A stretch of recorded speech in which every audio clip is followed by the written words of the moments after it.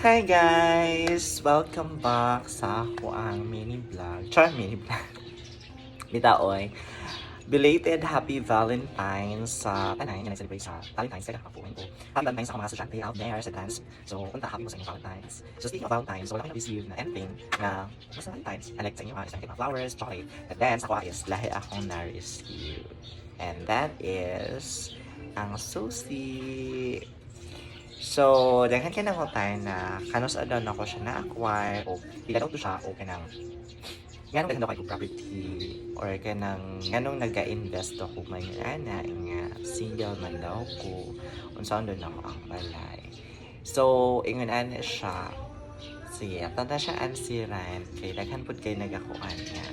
Instead, ang ako na lang gipalit is ako na lang na siyang ginalaag kaya para mas mag-enjoy ko.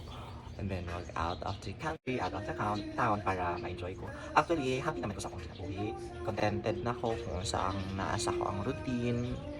Like, gusto good na ako mulaag. Pero, siguro dili pa na ako siya priority. And isa pa, wala ko ikauban maglaag. Tapos, I'm a type of person na good na marag dili sa ingon nga talawan, dili lang din siguro ko confident ko lahat ako lang isa. Kaya marag boring ako sa uwi nga. Dili pwede kay ko yung anak ako nga pagkatao unlike sa uban and pero anyway, lahi man tao kay ng path sa ato ang kinabuhi. So siguro maupo niya ang ako ang kuan sa ako ang kinabuhi nga. Dili na ako kailangan makipagsabayan sa ubang tao para lang ma-appreciate, para lang mailhan ka. Ako alang is, wala. Lahi ang ako ang kuan sa akong kinabuhi. Isip ko sa akong dahan, so inahalan ko siya ka ng lahi ta og timeline. So kung ang timeline nyo is ingon ana, then go. Go ahead. Go ahead. So ingon ana siya, sa akong timeline is ingon ani pud siya. So, we will respect na lang siguro kung saan atong timeline kay kita at the end of the day manggod kay kita manggihapon ang masunod sa ato. Pero kung gusto paglaag, mag-enjoy kasi ang according sa ilaha, life is short. Is too short or basta yung na siya dapat i-enjoy gyud daw kay. Besides, kanang mga butang is dili man gyapon na madala siya sa langit kung kasi mahita ko. Pagilom kay nag-vlog ko. Kang puno ka advertisement. So, ingon na siya na siguro ko ay kanang lagi unsa akong gininin na lahi timeline o lahi pud kay nang pamaagi sa atong happiness. So, ingon na siya. So, since karon kay naabot naman na siya. So, siguro tagaan na pud na kog time. Isa sa ako ang mga ano na pud next time is para sa akong self na pud kung napa di ay renovation ato di ay napa siya mga pang renovation, pang oh, dahil sa akin ako so dapat siya budget kailangan so or sipot lang sa mga lakad sila kana mga kailangan ng budget so anyway dahil ko chicken no and ano lang siya kana before ulit na expect nga makabalay ko sa tinuod lang kay sa una bata pa ko wala jud ni balay kanang walay balay ang akong papa, walay balay akong mama. So, ingon na siya pa. So, nagdako ko sa akong lola.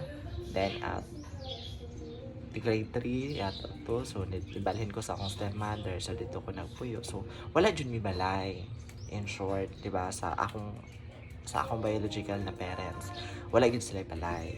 So, mo to, wala ko'y balay na kung nga, this is my house, or inana ba. So, katong balay sa bukid is, sa ako tong lola.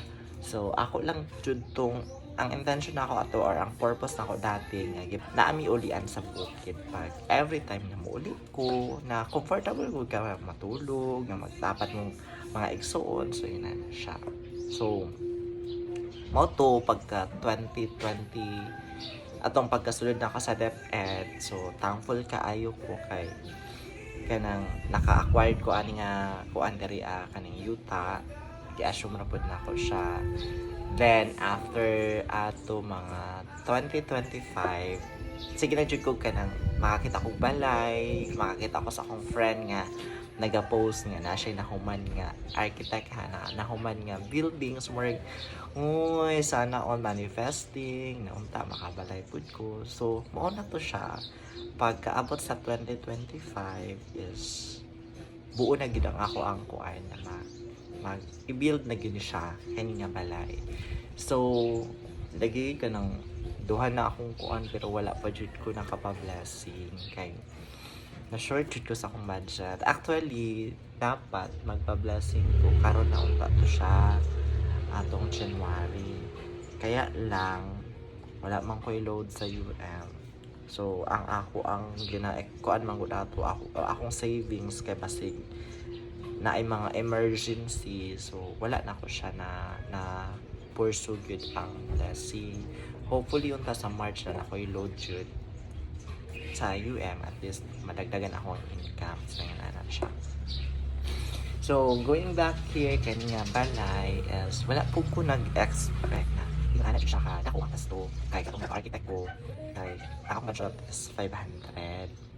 Tapos pag abot sa kanang mga computation sa hosting kay dili day siya ing ana kadali ang 500, so dili pa siya totally ana. And then abot sa point na sige continue na lang.